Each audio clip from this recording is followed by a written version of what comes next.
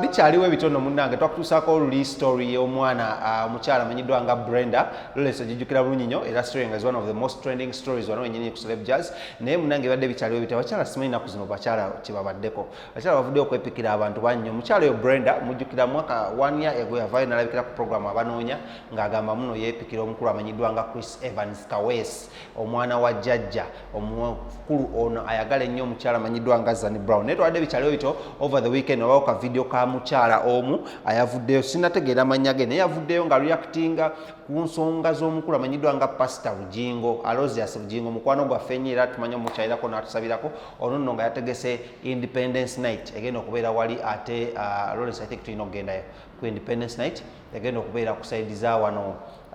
bayitawo bata erungujja emmenga awo ng'oyamukawo wewali Salt Media wegenda okubeera naye munnange abakyala bano badde mu kasenge akamu akagambye okuba muno akasenge kano bayambaliramu era omukyala ono n'avaayo neyeepikira omukyala amanyiddwa omwami amanyiddwa nga Aloysius Bujingo era kanyawo wano kakyala kali sweet nabadde nkalaba nga kalungi nnyo nnyo mu kavidiyo kano ng'ayogera akavidiyo genda kuba nkabalagaawo musobola okulaba embeera nga bweri ey'omukwano weetuse kampanaga bannange Susan Makula byaliko bya kiyaaye nze Pastor Bujingo nenkukwatako naye Loleso interview ya Ibra yakoze ku Bujingo bannanga omukazi yawaanye nakakasizaamu n'ebikazi ebirina laavu gyebiri Makula yabadde wali nga muli ku kido ng'amugezeza tewali gamba nga Bujingo wadde eno naye adde eno era batusuubiza embaga n'embaga etujja kuba tugikutuusaako era nga tugamba Pastor Bujingo Mukama yeebazibwe Susan Makula Mukama yeebazibwe how are you all doing hope you're doing fine twabaagala nnyo era ffe mukimanyize ne Loleso tuli baana bamwe era tubaagala nnyo naye nga munnange omukyalo ono sinategeera mannya ge matuufu sinategeera yavuddewa naye nga yabadde mu kasenge akamu akagambye okubanga akakola ki nga muno mubayambe Justin kuzanyako koka audio k'omukyalo nga bayogera nga sinakulaga ka video owulirize emboozi nga bwe yabadde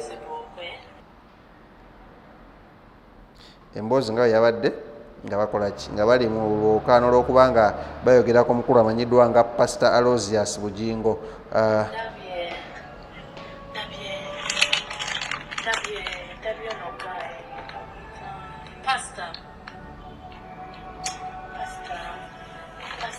yawasa omukyalo omupya yawasa omukyalo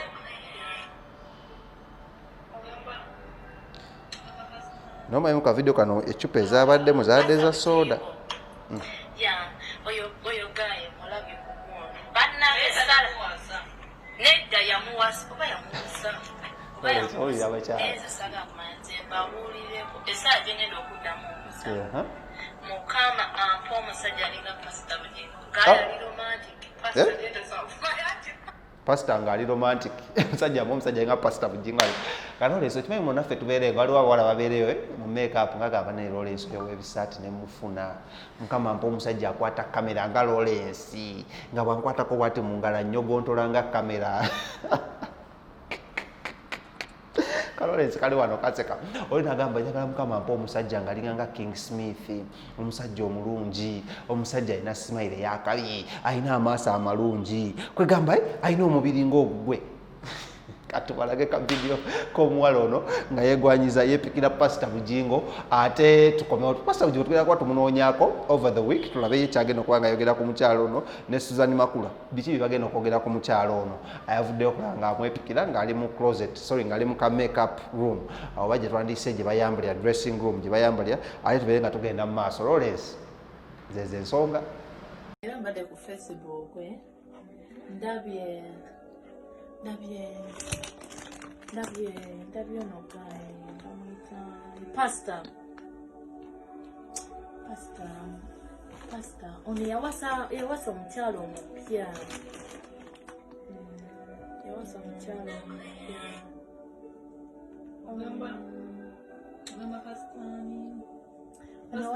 Pastor Bujingo oyo gaye mulabye ku guno bannange sala nedda yamuwasa neze saga kumanya nze mbabuulireko esaa gyengenda okuddamu okusaba Mukama ampa omusajja alinga Pastor Bujingo gaye ali romantic Pastor netosakumayanti Pastor olaba talinga bano ba Pastor like ali romantic amanyi kikyayagala Njaga mukama baba mpadde ayiseyo omusajja mpenga pasita bye n'olaba talina ssente ayisa sijja balimba muba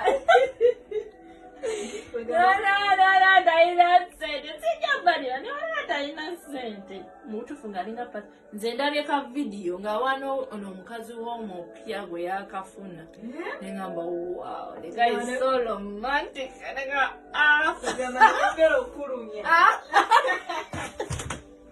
era mbadde ku Facebook ndabye ono guy bamuyita pastor ono yawasa omukyalo omupya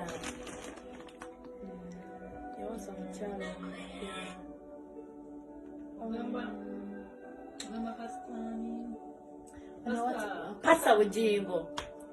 Yeah, oyo guy mulabye kuguno. Banna sala.